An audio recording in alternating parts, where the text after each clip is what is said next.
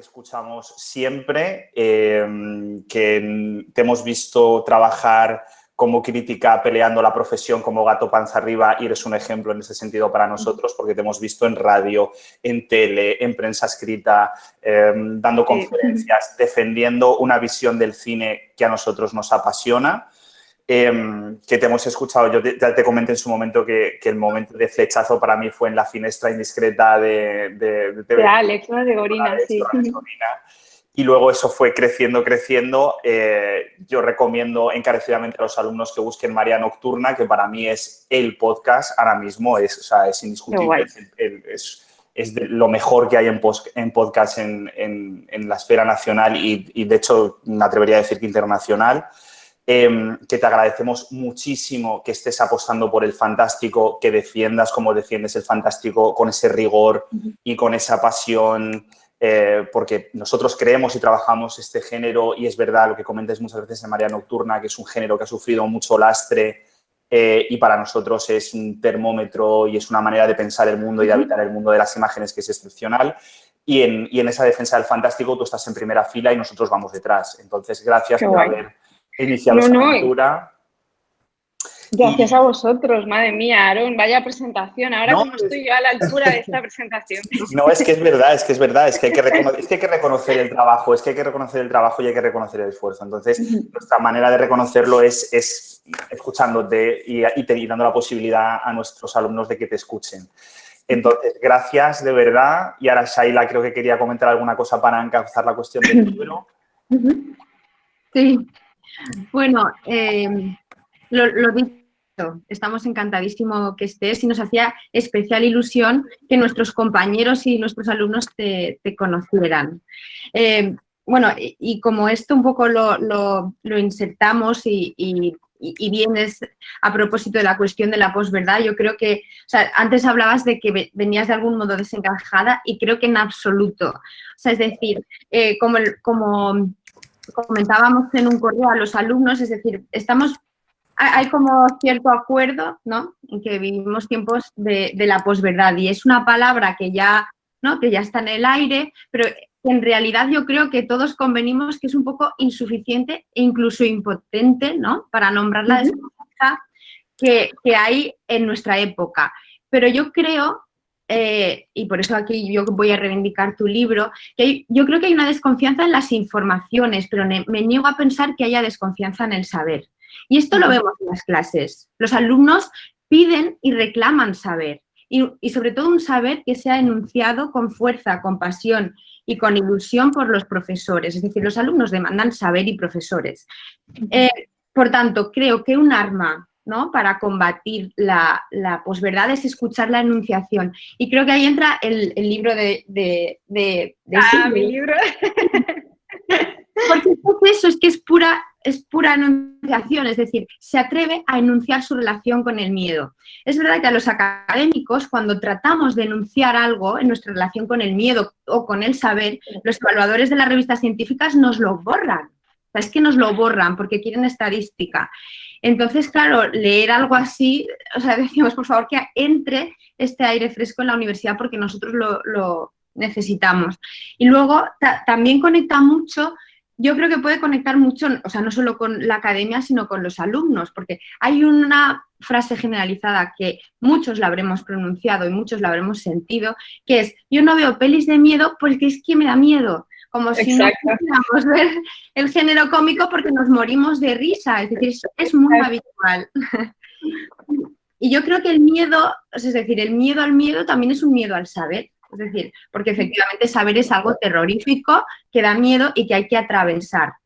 Aún así, insisto, en la universidad, los alumnos y sobre todo el encuentro entre docentes y alumnos siempre es una apuesta por saber a pesar del dolor que pueda producir. Entonces, insisto, este libro, ¿vale?, es como se construye desde el miedo. Ella no retrocede, no deja de reconocer ese miedo y ahí empieza a desgranar una enunciación brutal sobre el goce femenino, que creo que es fundamental escribir y escuchar. De sí también es una crítica que, o sea, es muy elegante. Si hay muchos críticos que tienden más o sea, no todos, por supuesto que no, la profesión es muy compleja, pero que son como muy tajantes y ella siempre encuentra el matiz, ¿vale? Por ejemplo, voy a leer solo unas líneas de su libro para que veáis un poco cómo resuena. Dice, me cuesta reducir Twin Peaks a una sensación concreta porque es inabarcable y me cuesta hablar de ella en pasado porque para mí está siempre presente, porque es absurdo añorar una ficción que no ha dejado de expandirse de las maneras más imprevisibles y brillantes. Y encima rompe el tiempo desde dentro.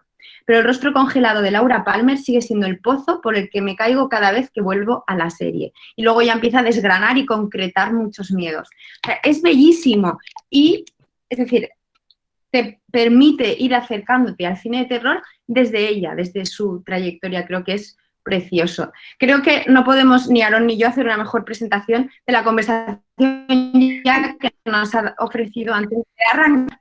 Así es que no le robo más tiempo y adelante, Desi. Jolín, Shaila, te agradezco muchísimo, Aaron, la presentación, porque realmente, o sea, esto es así, a los que estéis conectados, cuando Aaron me propone, en nombre de los dos, hacer esta charla, yo siempre siento como esa cosa de cuando se me propone algo desde un entorno académico, como bueno, igual no soy el perfil, igual de golpe soy como la cosa exótica y que aparece en medio de la programación, pero que descuadra mucho a los alumnos porque tampoco es lo que esperan, ¿no? Pero en este caso vi como muy claro que no, o sea, yo pienso, ostras, yo hacer este libro que como dices, Ayla, está planteado desde lo personal, desde la experiencia, pero que al mismo tiempo yo siento como un libro de cine, o sea, y realmente creo que es un libro de cine, igual un poco atípico, o igual no es el tipo de libro de cine que se publica en España, pero es así, y pienso, ¿por qué no? ¿No? O sea, ¿qué es lo que haría que yo no pudiera estar ahí, ¿no? Y ahora Shaila decía, a nosotros no nos dejan como contarnos de alguna forma en los textos que generamos de una forma más académica, ¿no? Y eso a mí me ha pasado también a una escala menor, es decir, sin moverme en un entorno académico, eso es lo que me ha pasado desde que estudié periodismo, que a mí siempre se me había dicho, no utilices la primera persona nunca, porque si utilizas la primera persona es como que te estás imponiendo a la obra y tú no eres la protagonista. Intenta no exponerte mucho emocionalmente porque corres el riesgo de caer en lo cursi, en lo sentimental, y eso no le importa a nadie. Intenta ser lo más analítica posible, pero cuando se hablaba de ser analítico, se hablaba de ser analítico en cuestiones muy concretas. Por ejemplo, en cuestiones de puesta en escena. No, la posibilidad de ser analítica desde otro ángulo, yo creo que haciendo este libro soy muy analítica, pero de otra manera era como una cosa que quedaba desbloqueada. Y luego yo también arrastraba por el hecho de ser una mujer en un entorno muy masculino, porque realmente la crítica, evidentemente hay figuras clave a lo largo de la historia del cine de críticas mujeres, pero es verdad que somos minoría, aunque las mujeres seamos muy importantes, es verdad que somos menos que los hombres. Y yo encima moviéndome en un entorno como el del terror y el fantástico, que todavía es más masculino y es así, o sea, es innegociable. Por mucho que ahora veamos a más mujeres que escriben sobre terror o más mujeres que hagan terror, realmente hemos sido una minoría durante mucho tiempo. Entonces eso hacía también que a mí hubiera otro freno más a la hora de abordar las películas de la forma que a mí me interesaba, y era que me costaba formular realmente mis interpretaciones o mis ideas porque me dejaba un poco llevar por la corriente. Y esto no tiene que ver con que yo no tuviera la fuerza suficiente para proyectar mi voz, sino que tenía que ver con que absolutamente todo lo que me rodeaba, las personas con las que trabajaba, la gente que me daba oportunidades laborales, los libros que leía, los fanzines que tenía en casa, porque yo vengo sobre todo de la parte como más pop, más de cultura popular, las películas que veían, todas estaban hechas por hombres. Entonces mi identidad estaba muy marcada por eso. O sea, no es que nadie me impusiera una forma de pensar, sino que a mí realmente me costaba mucho encontrar una voz propia en la que explorar también intuiciones que eran más femeninas, porque mi contexto era profundamente masculino, ¿no? Y entonces ahí también yo a veces notaba que en algunas películas veía como pequeños desajustes o pequeños quiebros que yo no acababa de asumir muy bien, y yo pensaba, me estáis diciendo todos que esta peli es maravillosa y yo hay algo ahí que no acabo de entender muy bien, que no sé cómo leer, pero a mí me desestabiliza mucho, ¿no? Y en el momento era incapaz, ¿no?, de plantear una reflexión distinta, porque entendía que me estaba yendo un poco como de esta corriente en la que yo me movía y que no disponía como de las herramientas suficientes para proyectar un poco la idea que yo tuviera o la reflexión que yo hubiera podido extraer de alguna película. Entonces se daban como una suma de factores brutales que impedían que yo me acercara a las películas de la forma que a mí, que yo sentía que debía hacer, ¿no? Con los años, de golpe, me doy cuenta de que esta frustración es absurda porque lo que se me pide, que es esto que os decía, más de ser más rigurosa, de incluso estar flirteando más con lo académico, es que me da igual, o sea, no me interesa demasiado, es decir, me interesa el trabajo que hacen mis amigos, mis colegas, los leo, compro sus libros, me gustan como lectora, pero yo no los disfruto como autora. Es decir, a mí escribir ese tipo de crítica o acercarme así a las películas no me llena y siento que no estoy a la altura porque no me llena. Y entonces mi forma de acercarme al cine yo asumo que es distinta y que no me tengo que acomplejar por eso. Pero eso os hablo de hace 8 años, es decir, o sea, yo durante muchos años arrastro esa cosa de ser como la crítica mainstream a la que invitan en las mesas y que lo que yo pueda decir nunca va a estar a la altura de lo que digan otros colegas, ¿no?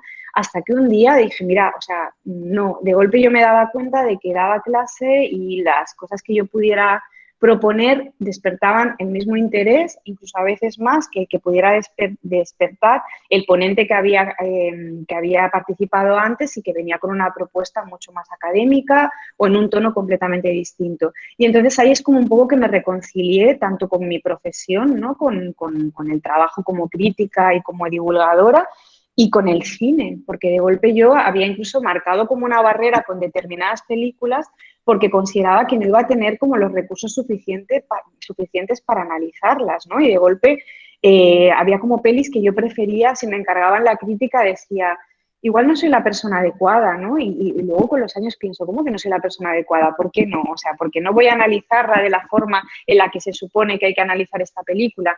Entonces me costó como muchísimo tiempo asumir eso, ¿no? De que tenía que desactivar eso.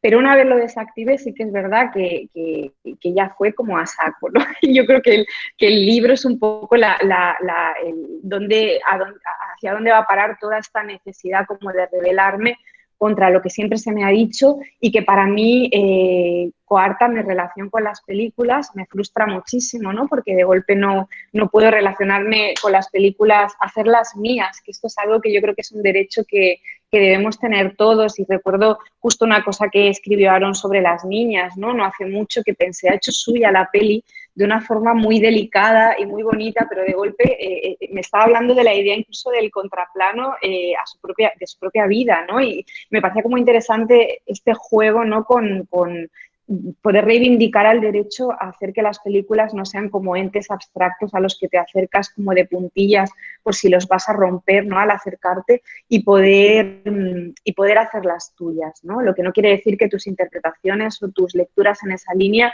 no puedan ser cuestionadas, incluso pueden ser erróneas, pueden ser equívocas, incluso tú mismo a los 3 años pensar en qué estabas pensando cuando escribiste eso, ¿no? Pero que en ese momento sí que había como que permitirse el lujo de desacralizarlo, ¿no? A mí me sirve mucho que en los últimos 3 años me encargaron hacer unas columnas de opinión para un periódico de Cataluña, que es el periódico, y ahí sí que entré ya como a saco. Y dije, bueno, este es mi momento como de sacudirme y de hablar de hecho me marqué, voy a evitar a toda costa caer un poco en esta cosa de la columna autocomplaciente, de me dan un espacio en un periódico y aprovecho para recomendar una peli que me ha flipado y me quedo en la recomendación o me quedo en la anécdota o hago una columna comentando el tema de actualidad. Y yo pensaba, es que esto me da una pereza que me muero porque lo llevo haciendo toda la vida e intuyo que no le interesa a nadie, no me interesa ni siquiera a mí. Entonces ya ahí dije, voy a hacer el esfuerzo de intentar pensar las pelis de una forma que den pie a algún tipo de reflexión, pero no de cara a los demás, sino de cara a mí misma, y si arrastrando y si planteando el dilema que a mí me sugiere una película o una tendencia o algo que esté pasando en el momento relacionado con el cine puede dar pie a una conversación y puede invitar a alguien a reflexionar sobre esto, perfecto, ¿no? Y entonces ahí estas columnas que en otro momento de mi vida hubieran sido como yo entrego las columnas el jueves, en otro momento de mi vida hubiera sido miércoles por la noche, ay, ¿de qué hago la columna mañana? ¿Por qué no hablo de, mira, vi esta peli en HBO que está súper bien, voy a hacer una? Pues eso hubiera sido hace 10 años. Y esta vez no me daba la gana, como que me arrastrara esa pereza, porque de verdad que intuía que eso al final me leían solo los colegas a quien les pudiera interesar lo que a mí, lo que yo normalmente escribía, pero que no tenía más trascendencia que esa. Y entonces ahí es donde empiezo a utilizar todas estas herramientas que durante tanto tiempo he tenido castigadas por complejo de inferioridad, ¿no?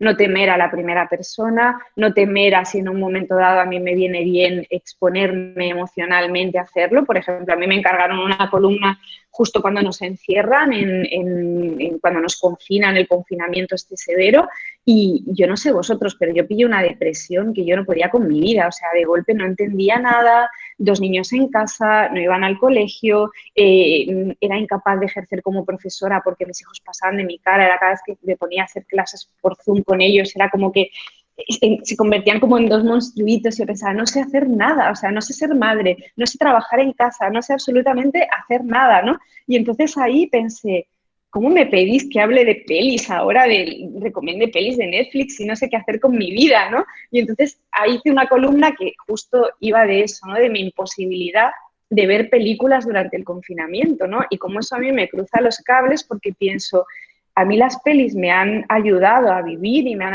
ayudado a convivir con mis miedos, que es lo que explico en el libro, pero en ese momento ver una peli para mí era como, no sé, como ponerme a estudiar física o algo así, era como algo que no podía asumir, no entendía, me ponía 10 minutos de una película, probaba con clásicos, pero lo único que me funcionaban eran las películas de Mel Brooks y las de Jerry Lewis, que era como, bueno, igual es por la vía de la comedia, pero no encontraba nada que a mí realmente que sale esta forma de acercarme a las imágenes me pudiera salvar de alguna forma. Y entonces decidí contar eso en una columna, ¿no? Y una cosa que parecía como una anécdota personal, de golpe me sorprendió ver la respuesta de mucha gente, ¿no? Y, por ejemplo, recibí un mensaje de Mariana Enríquez, que es como una de las mujeres a las que más admiro del mundo, que es una escritora argentina, buenísima, seguro que la conocéis todos, pero si no la tenéis controlada os va a encantar. Y Mariana, que para mí ha sido clave en todo, en mi relación con el fantástico, con el terror, al escribir este libro y todo, me escribió diciéndome, me pasa absolutamente lo mismo, o sea, he adorado esa columna porque es que es lo que me pasa a mí también, ¿no? Y entonces pensé, no está tan mal, ¿no? De vez en cuando recurrir a lo emocional, porque ese recurso emocional a veces arrastra toda una reflexión sobre el cine y lo que implica para nosotros y hasta qué punto es importante, hasta qué punto es anecdótico, hasta qué punto lo infravaloramos cuando queremos estar haciendo todo lo contrario, ¿no? Y entonces desactivé un poco ese miedo. Y luego desactivé otra cosa que es importante y que tiene que ver con, en el libro, es un libro sobre género, porque se habla de terror, pero también sobre género femenino, porque se habla del papel de la mujer en la crítica y en la profesión, que era el miedo a acercarme también por esto que os decía, de este entorno muy masculino, este miedo a lanzarme con análisis más cercanos a la perspectiva un poco de género que pudieran ser discutibles o que pudieran generar controversia o que pudieran generar algún tipo de polémica. Y le perdí un poco el miedo a eso también, porque también en los últimos años, y esto yo creo que es algo que compartimos un poco todos los que escribimos y que escribimos en medios más o menos visibles, que es esta cosa de no querer ofender a nadie, de a ver en qué jardín te metes, a ver qué pasa, a ver si de golpe abro esta puerta, no lo acabo de ver claro porque igual no me compensa. Y al final este no me compensa se convirtió en te tiene que compensar siempre, aunque la respuesta sea negativa. O sea, si tú sientes que tienes que contar algo de una peli porque crees que es importante para ti, nunca te pongas el freno este de ¿me compensa meterme en este lío ahora? Porque entonces lo que estás haciendo es bloquear la posibilidad de un debate, de una conversación, de un discurso sobre una película que puede ser erróneo, que puede ser equivocado, que puede ser kamikaze, pero al menos tener esa opción, ¿no? Como de dar la tuya y de contar la tuya, ¿no? Y en todo esto último que os hablo más de darme la oportunidad de acercarme a determinadas películas desde una perspectiva más de género, también juega un factor muy importante que es la idea del acompañamiento, ¿no? De que ser crítica mujer hace 10 años o 15 no era serlo ahora, y serlo en el entorno de terror todavía menos. Yo me acuerdo que el año pasado con Shaila tomamos un café en el Festival de Sitges y yo recuerdo como ese encuentro como una cosa muy bonita, porque de golpe hubo como una forma de hablar, o cómo nos sentíamos en relación a ser madres, a ser mujeres que llevamos como el tema de la conciliación muy al límite, ¿no? Porque curramos mucho, pero a la vez somos muy madres, porque no tenemos como una infraestructura pagada, es decir, no tenemos el suficiente dinero como para tener canguros que nos acompañen todo el rato ni que nos cubran todo el tiempo, con lo que realmente es muy difícil conciliar si quieres mantener una vida profesional como la que mantenemos nosotras.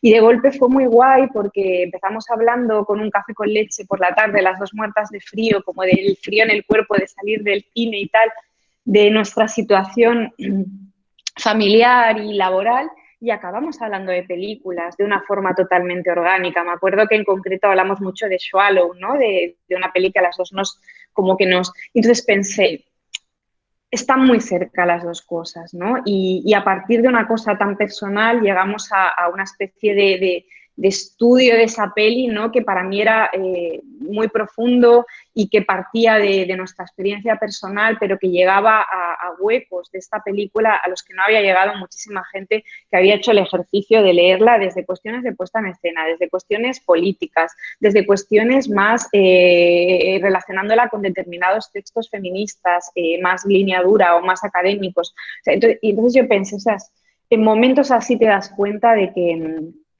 no hay que frenarse a la hora de acercarse a las películas y que hay que asumir esos riesgos, ¿no? Y esto venía un poco en lo que os decía del acompañamiento, que esta conversación que yo tengo con Shaila, yo no la tenía hace 10 años con ninguna compañera de profesión. No la había tenido nunca, porque yo creo que incluso nosotras mismas, había una cosa que es otro tema que me apetecía contar aquí porque está muy presente en el libro, es que durante mucho tiempo las chicas que nos dedicábamos a escribir, y entiendo que en un entorno académico probablemente fuera muy parecido, negábamos la posibilidad de la mirada femenina o de la sensibilidad femenina, porque de alguna forma eso parecía sugerir, parecía aludir a un acercamiento como sensiblero a las cosas o cursi, o que de alguna forma nos excluía, ¿no?, de la conversación en lugar de incluirnos. Y yo ahora reivindico a muerte esa mirada y esa sensibilidad femenina porque existe realmente y porque hay una serie de temas siempre vinculados a la imagen, es decir, o sea, siempre vinculados al cine, que nosotros podemos analizar de una forma distinta porque disponemos de una serie de herramientas que pasan por la experiencia. Os ponía el ejemplo de empezar hablando de maternidades y acabar hablando de Swallow, que toca ese tema de una forma muy punk y muy radical. Ahí hay una mirada, hay un trabajo en la mirada de nuestra historia, de nuestra historia personal, que contagia la película, que nos permite acercarnos a ella de otra manera, ¿no? Como lo hay en todas estas películas que yo estoy reivindicando a muerte, y si alguien que está conectado ahora ha seguido un poco lo que he hecho estos últimos años, yo estoy obsesionada con el cine fantástico y de terror hecho por mujeres, y va por ahí también, porque yo noto un quiebro muy importante y que aparece de forma muy orgánica en mi libro, que es que yo tengo como una revelación entrevistando a Karin Kusama, que es la directora de The Invitation, por ejemplo, que yo de golpe detecto como que las películas de terror hechas por mujeres en los últimos años, hablamos de pelis muy indies en realidad, muy independientes, pocas han trascendido más allá de esa esfera, detecto como patrones comunes que tienen que ver con estos temas que salen en esta conversación de café con Shaila: la maternidad, la relación entre madres e hijos, el miedo a envejecer, o sea, una serie de temas que yo son como muy comunes en películas como Babadook, The Invitation, Una chica vuelve sola a casa de noche, el miedo a la violencia como estructural contra las mujeres, o sea, muchos temas que yo creo que comparten todas estas películas. Y hablando con Karin Kusama, que es una cosa que yo cuento en el libro, me dice: te estás obsesionando con lo temático cuando lo que comparten todas estas películas, y yo ahora hago extensible al trabajo que estamos haciendo muchas mujeres desde la crítica, desde lo académico, muchas escritoras latinoamericanas que están hablando del miedo de una forma brutal, es que no hablamos tanto de los temas y de las cosas que nos pasan. O sea, el objetivo no es hablar de estos temas, sino de mostrar y explicar lo extremadamente conscientes que somos todo el tiempo de las cosas que nos están pasando, ¿no? De cómo convivimos con el miedo, de cómo convivimos con la violencia, de cómo convivimos con las injusticias, de cómo convivimos con el machismo. Y en todas estas películas, como también en los libros de Mariana o de escritoras como Samantha Schweblin o de Selva Almada, por hablar de las latinoamericanas, que son las que a mí me han inspirado muchísimo a la hora de hacer el libro, hay una necesidad constante de contar lo conscientes que somos todo el rato de eso. ¿Y cómo lo contamos? Pues muchas veces a través de la imagen, ¿no? O sea, estas películas no son películas extremadamente dialogadas, ninguna de estas películas de las que os estoy hablando. En muchas incluso hay un abuso deliberado del tiempo muerto, como una peli como She Dies Tomorrow, que es una peli que se estrenó hace muy poco y que para mí es extraordinaria también y que va de eso mismo, y lo contamos a través de la imagen, ¿no? Muchas de estas novelas que os pongo de ejemplo, desde Distancia Rescate de Samantha Schweblin hasta Nuestra parte de noche de Mariana Enríquez, toda esa extremada conciencia de nuestra fragilidad y de nuestra vulnerabilidad está contada a través de la imagen. Muchas veces la imagen de impacto y la imagen espectacular, como puede ser el monstruo de Babadook, ¿no? Y entonces yo veía que ahí había como un patrón común que me apetecía muchísimo explorar, ¿no? Que era cómo podemos a través de la imagen descubrir lo extremadamente conscientes que somos de nuestra fragilidad y de nuestra vulnerabilidad y de nuestros miedos, que es el ejercicio que yo he hecho en el libro, y como otras mujeres y otras creadoras han hecho lo contrario, ¿no? Es contarlo, crear esas imágenes en las que yo pueda reconocerme y en las que yo pueda establecer paralelismos un poco con mi historia personal y al mismo tiempo con mi historia profesional. Entonces, todo esto que parece que me estoy yendo como por las ramas, pero no, sigue esta corriente del acompañamiento, ¿no? Que no es lo mismo ser mujer en un entorno masculino que ser mujer en un entorno en el que te sientes más acompañada, en el que ves que hay más voces que te acompañan y que tienen intuiciones similares o que tienen la necesidad de contar las cosas de una manera parecida, en las que te reconoces, que se reconocen en ti, ¿no? A mí una de las cosas que me gusta mucho de todo el feedback que he tenido con el libro es cuando la gente se acerca y te cuenta sus movidas, o sea, no es tanto comentar el libro, sino comentar lo que le ha sugerido y a qué lugar suyo íntimo y de su relación con las películas le ha llevado, ¿no?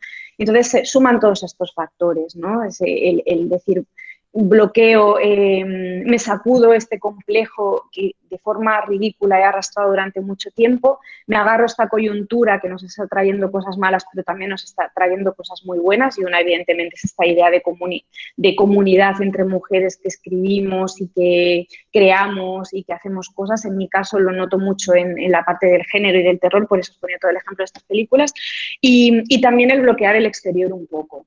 Eso es fundamental, o sea, es muy difícil porque no hay nada más frustrante que dedicar horas a hacer algo y luego leer un tuit que te lo desmonte y digas, ¿cómo puedo estar jodida por un tuit de 2 líneas que ha hecho alguien que tiene un avatar de Pokémon y estoy profundamente destrozada por esto, cuando este libro me ha costado escribirlo 1 año y medio de mi vida y me he implicado de muchas maneras, pero eso te puede pasar, ¿no? Pues hay que hay que conseguir que eso te pase lo mínimo, o si te pasa, que es normal, a nadie le gusta que sentirte atacado o que digan algo, sobre todo cuando es un ataque personal, ¿no? Cuando es una cosa que atenta contra un texto o lo que sea, al final tienes que asumir que no todo le va a gustar a todo el mundo y que los textos y las películas y todo están ahí para cuestionárselas muchas veces, pero sobre todo desde en el momento en el que te planteas, que eso quizá en un entorno académico no pasa tanto, porque al final es más acotado en realidad, ¿no? O sea, no estás tan expuesto, o estás expuesto de una manera distinta, pero para empezar no estás expuesto al salvajismo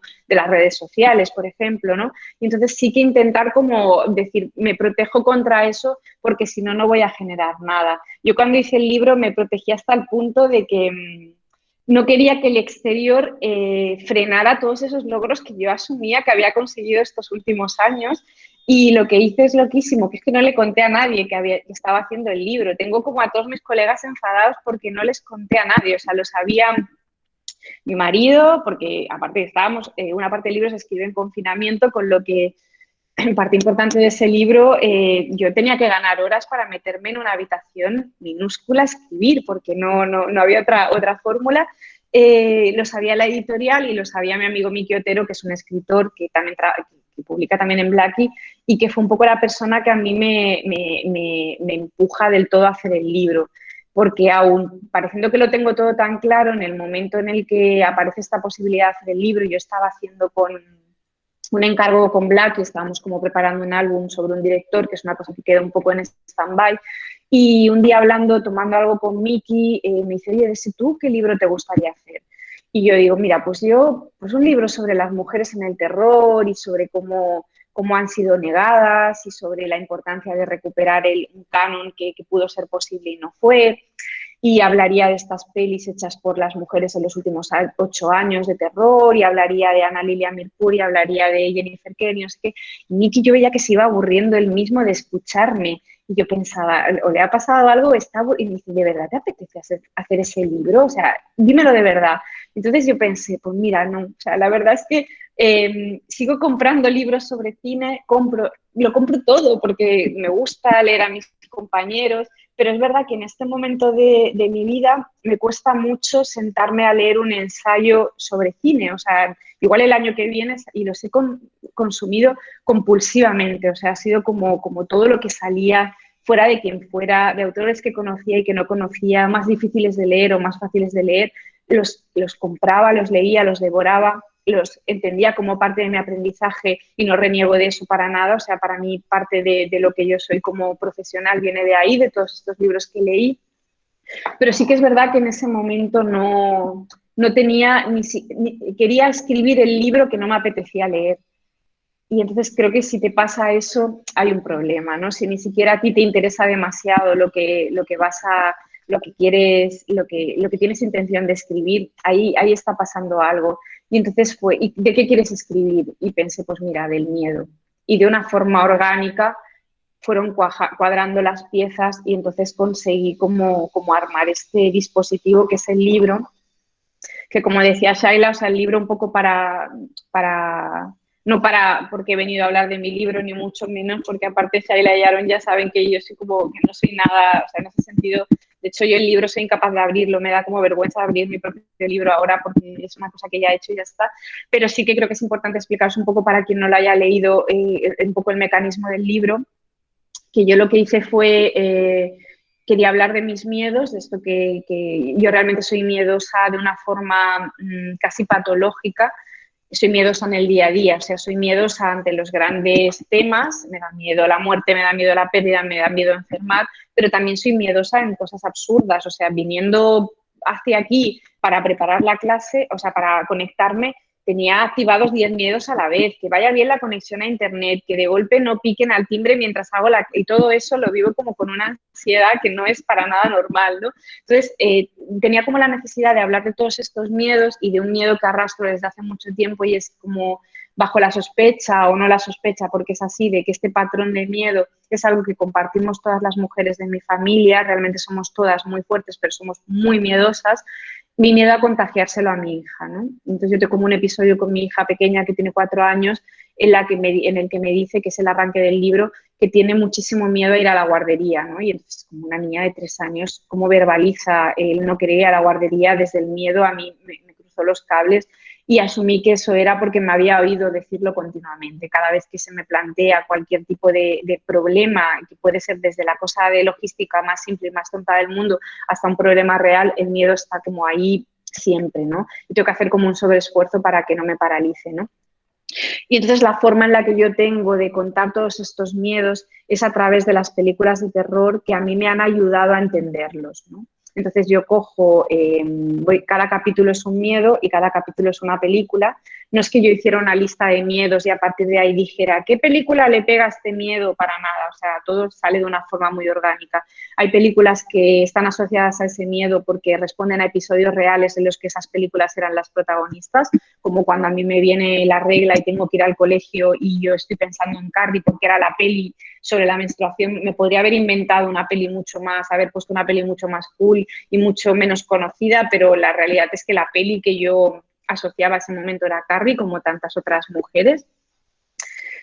hasta La posesión de Zulawski, que para mí es una peli que determina mis relaciones afectivas, o sea, al 100%, o sea, es como que yo hago casi un análisis de los momentos sentimentales por los que he ido pasando a través de esta película de Zulawski, hasta, yo qué sé, La posesión, la profecía, ¿no? Que es una película que se queda encallada en el reproductor de vídeo de mis padres cuando yo soy pequeña y me da terror, ¿no? Saber que esa película está ahí metida, ¿no? Entonces había películas que eran las que eran porque tenían que ser esas y otras porque realmente eran películas en las que yo ya había pensado mucho. O sea, yo en Babadook, y creo que es una de las pelis de las que hablamos también, Saela y yo aquel día tomando un café, era una peli que yo asociaba con la pérdida, pero con el miedo a perder a alguien de la familia, que pasara algo, a perder la cabeza, que yo tenía como muy claro. Y entonces, de alguna forma, lo que yo hago es contar todos estos miedos a través de estas pelis, ¿no? Y partiendo de la base de que yo creo que los miedos,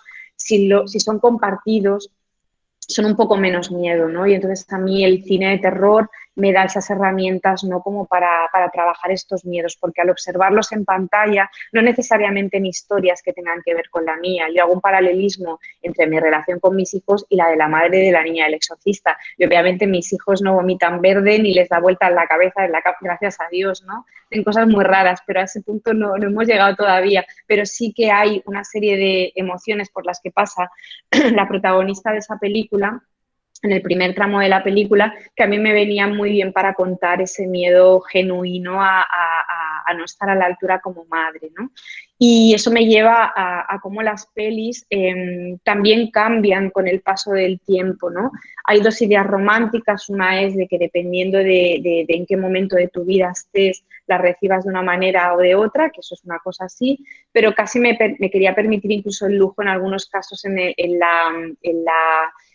el libro de lanzar una idea un poco loca, pero que a mí me encanta y que es puro romanticismo, pero que yo mantengo, y es que hay películas que realmente están vivas, que hay como una especie de fuerza esotérica dentro, hay muy pocas, pero yo creo que todos tenemos alguna peli que cada vez que la vemos tenemos la sensación de que hay como una revelación extraña dentro que no sabemos asumir, ¿no? Como, o sea, eso estaba la última vez que la vi, eso estaba las últimas 20 veces que vi esta película. Y a mí eso me ha pasado mucho con La posesión de Zulawski, me ha pasado con Arrebato de Zulueta, muchísimo, y me ha pasado con una peli como la de Moonflash, una peli muy pequeñita, la de Carlos Bermúdez, pero que siempre que la veo siento que hay como una especie de cosa rara dentro, ¿no? Que va por su cuenta, ¿no?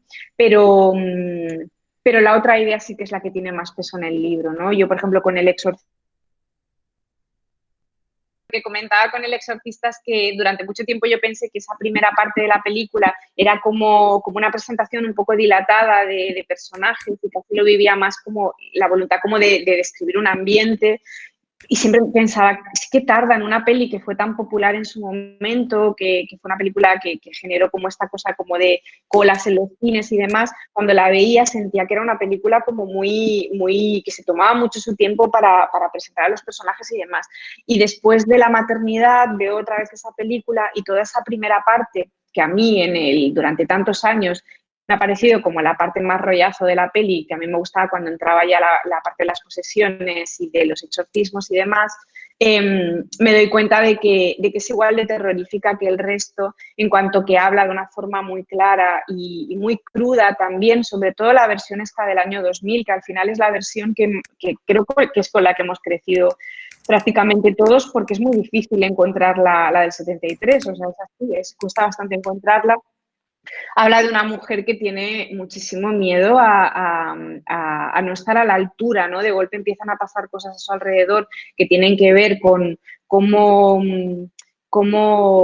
lidiar con que a su hija le está pasando algo que no tiene ni idea de cómo asumir y de cómo enfrentar y tiene que vérselas con neurólogos, con psicólogos, con otras personas que intentan un poco decirle lo que tiene que hacer y ella no sabe lo que tiene que hacer. Y a mí me parecía que eso contaba muy bien algo que a mí personalmente me pasó con la maternidad, que es lo increíblemente vulnerable y inútil y frágil que te sientes cuando pasa algo que tiene que ver con tus hijos y ves de golpe que no dispones de los medios suficientes o de las herramientas suficientes para resolverlo, ¿no? Y al mismo tiempo te haces fuerte porque dices, bueno, lo tengo que salvar de alguna manera, ¿no? Pero me parecía que esa peli, escrita por dos hombres, probablemente sin la intención de contarte eso, a mí me venía muy bien para contar eso. Pasa como con La posesión de Polanski. Yo cuando hago el libro, y eso está claro desde el minuto uno, no estoy diciendo que yo haya descubierto la sopa de ajo en ninguna de estas pelis, o sea, es simplemente un acercamiento personal y es un análisis desde la experiencia, ¿no? Un acercamiento a estas pelis desde ahí. No estoy diciendo que las películas vayan de ello, sino que a mí me sirven, ¿no? Y yo encuentro ahí pistas para resolver cuestiones mías personales en las imágenes que hay en esas películas, pero no es que no es que haya yo descubierto una lectura rarísima en esas películas y que vaya a ser la única lectura válida, ni mucho menos. Por ejemplo, el caso de La posesión es muy claro, o sea, cuando Zulawski hace La posesión, la hace enfadadísimo con su exmujer porque lo ha abandonado, ¿no? Y él explica que para él fue traumático ese abandono, que se encontró como a su hijo en un estado lamentable. Entonces, esa peli no es para nada una oda al personaje femenino, sino todo lo contrario, o sea, desde su autor no va por ahí. Y en cambio yo la convierto casi en una heroína feminista, ¿no? Porque yo ahí veo en lo que le pasa a ese personaje a lo largo de la historia muchos puntos de fuga a cosas que a mí me han pasado a nivel emocional que creo que están muy bien contadas en esa película, ¿no? Entonces es un acercamiento, ya os digo, totalmente personal. Dicho esto, una de las me han dicho cosas buenísimas del libro y estoy contentísima, es lo mejor que me ha pasado a nivel profesional, pero hay un comentario hecho sin maldad que a mí me sienta muy mal y que me gustaría un poco conversar con vosotros, que es que un amigo que se dedica también al terror y al fantástico me dijo, claro, es que es un libro que si sabes mucho de terror y de fantástico, te sabe a poco, ¿no? Porque tú ya te lo sabes, ¿no? Y me molestó profundamente, porque estás como valorando el libro a partir de tus expectativas de algo que no sé muy bien lo que es. O sea, y yo pienso, cualquier libro que me ofrezca una lectura distinta sobre cine, esté más de acuerdo o menos, para mí es un libro sobre cine, ¿no? Porque es un acercamiento a las películas de una manera distinta. Ahora, si tú esperas un libro de datos o de citas o de referencias o que te descubran películas que no has visto nunca, el problema no está en el libro, no hace que el libro sea un libro menos de cine, sino que tú estás buscando otra cosa diferente, ¿no? Que es una cosa que pasa mucho en 2020, ¿no? Que valoramos los libros, las películas, todo más por lo que esperamos de ellas que por lo que son en realidad, ¿no? Muchas veces vemos una peli y es que yo me esperaba tal, y es bueno, tú te esperabas tal, pero lo que te está ofreciendo el autor es una cosa distinta, ¿no? Y un poco lo que me pasa a mí con este libro es ese, ¿no? Que la peor crítica que se me puede hacer es esa, es que en realidad no es un libro sobre cine. No lo creo, o sea, un libro sobre cine es, lo que pasa que está abordado de una forma igual distinta a los libros sobre cine que estás acostumbrado a consumir. Y lo otro es esta cosa de si sabes mucho, ¿qué más me puede aportar? Pues, no sé, es una visión también bastante limitada de las cosas, ¿no? O sea, yo creo que cualquier acercamiento a una película o a un género, a lo que sea, desde un ángulo medianamente original o si no original, distinto al habitual, ya puede ser profundamente enriquecedor, ¿no? Y te puede dar muchas pautas y te puede abrir la mente, aunque sea en oposición, ¿no? Es decir, aunque sea cogiendo ese libro, ese texto, lo que sea, y considerando que no compartes absolutamente nada, pero eso ya es un reto, eso ya te implica, vale, no comparto nada, ¿por qué? Pues porque yo pienso esto de las películas, esto es lo que me gusta, esto es lo que me interesa, ¿no? Y un poco es eso, o sea, el libro nace de esta voluntad como de, por primera vez en mi vida, de quitarme el complejo tanto a la hora de verla, es esa cosa, sacudirme los complejos, desacralizar el cine, ¿no? Como algo que solo se puede abordar desde un ángulo determinado o desde una serie de ángulos muy concretos.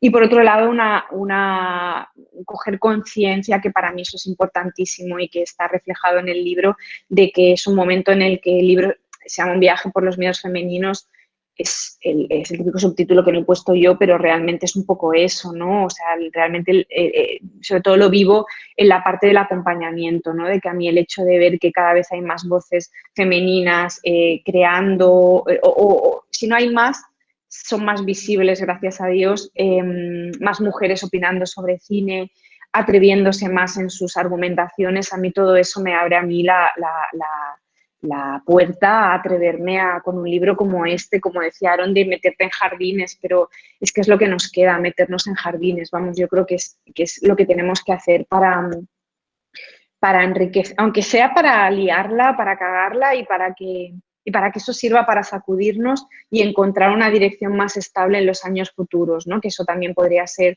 Pasa como, yo eso lo vivo mucho como, por ejemplo, en un paralelismo con el fantástico y el terror contemporáneo, que creo que va dando un poco palos de ciego, ¿no? Es muy difícil marcar unas líneas muy claras de en qué punto está el fantástico y el terror contemporáneo, y yo eso lo vivo en positivo, porque eso solo puede querer decir que todo ha petado, todo se está descomponiendo y de ahí pueden salir cosas muy buenas, ¿no?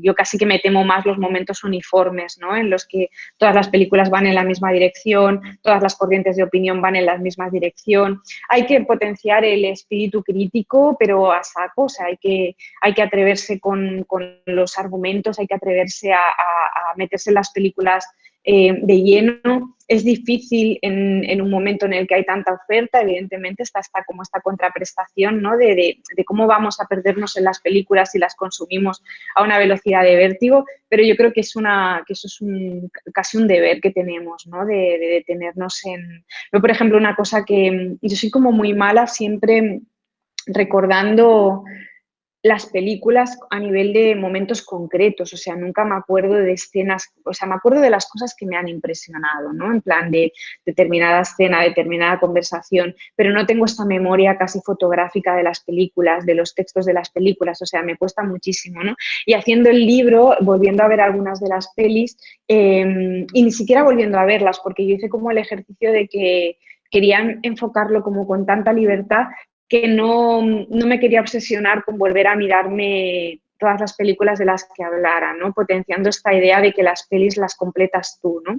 Y en algunos casos tiraba del recuerdo hasta el punto de decir, igual estoy haciendo yo aquí mi propia película y en realidad no era exactamente así. Y lo hablé mucho con Miki, lo hablé con la editora, con Rebeca, y me dijo, si tú crees que eso es algo que le ofrece una capa al libro, manténlo. Y lo mantuve, ¿no? Como bueno, son como cómo viven esas pelis en mi recuerdo, porque al final es lo que me impresionaron de ellas, ¿no? Y a lo mejor mi recuerdo es un poco distorsionado, pero es como yo las recuerdo y como yo las siento, y es la razón por la que por la que creo que son importantes. Y entonces ahí me descubrí a mí misma que era más consciente del detalle de lo que yo pensaba, porque de los detalles importantes, como en el caso de la posesión, que Isabel Adjani vaya siempre sin bolso por la calle, que eso es una cosa que puede pasar muy desapercibida, de parecer como muy random, pero para mí es como una imagen de la liberación de la mujer brutal. Sobre todo porque yo siempre, no sé vosotras, las chicas que estáis conectadas, yo siempre necesito ir con algo, porque si no me siento totalmente vulnerable y desprotegida. O sea, yo nunca salgo a la calle, yo soy incapaz de coger el metro sin llevar un bolso. O sea, es como algo que siempre tengo que tener algo que me ate como a la realidad, ¿no? Y que esta tía, en el momento en el que se rompe con su marido, rompe con esa vida. La vida en la que está andando ahora no es que sea mucho más seductora, porque está aliada con un impresentable y con un monstruo con el que tiene sexo como en un edificio abandonado, que es una masa como uniforme de carne. O sea, lo que está haciendo ahora tampoco es que sea, no parece lo correcto, pero en cualquier caso es lo que ella siente que tiene que ser, ¿no? Entonces, esta idea de liberarse hasta ese punto, de bloquear que todo el rato te estén pidiendo explicaciones y de sentirte tan libre, aunque probablemente lo que estés haciendo no sea la mejor opción de vida que puedas tomar, de poder ir sin bolso por la calle. Y hay mogollón, si volvéis a ver La posesión de Zulawski, hay escenas y escenas y escenas de Isabel Adjani caminando por las calles de esa ciudad sin nada, con lo puesto.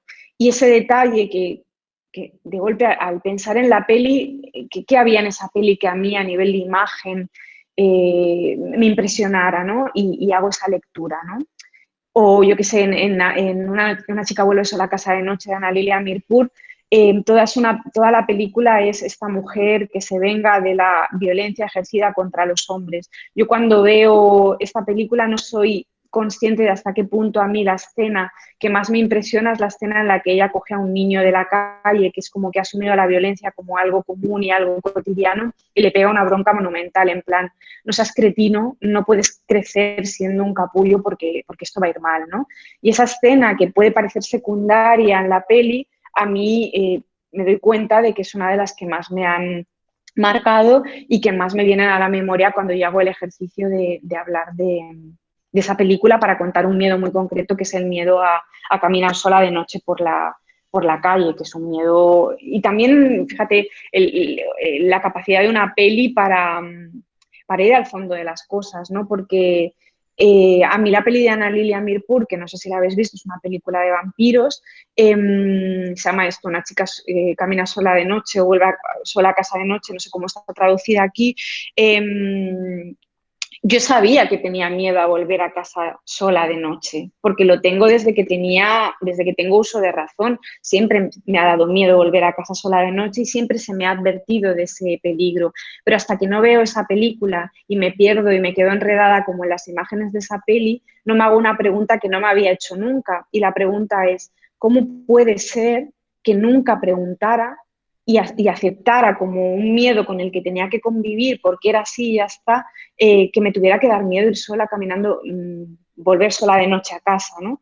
Y es algo en lo que nunca había pensado. O sea, era una cosa que sabía que tenía, pero nunca le dije a mi madre, mamá, ¿y por qué no puedo volver sola? ¿Por qué me tienen que acompañar mis colegas a la puerta de casa?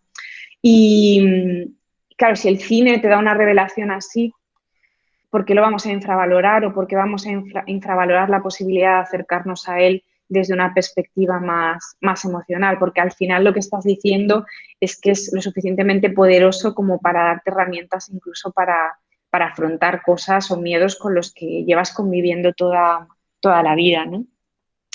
No sé, yo si queréis, llevamos como una hora, pero a mí me encanta conversar. Si queréis, en relación a todos estos temas que han ido saliendo, espero no haber sido muy anárquica, porque precisamente por eso no tenía como una estructura como más de ponencia, sino que me apetecía que salieran todos estos temas para conversarlos ahora. No sé si os puede apetecer así abrir esta segunda hora un poco a hablar de estos temas. Igual estáis totalmente en contra de esta forma de abordar las pelis, pero me interesa sobre todo por eso, porque aparte sois estudiantes de imagen, ¿no? Y tiene mucho sentido.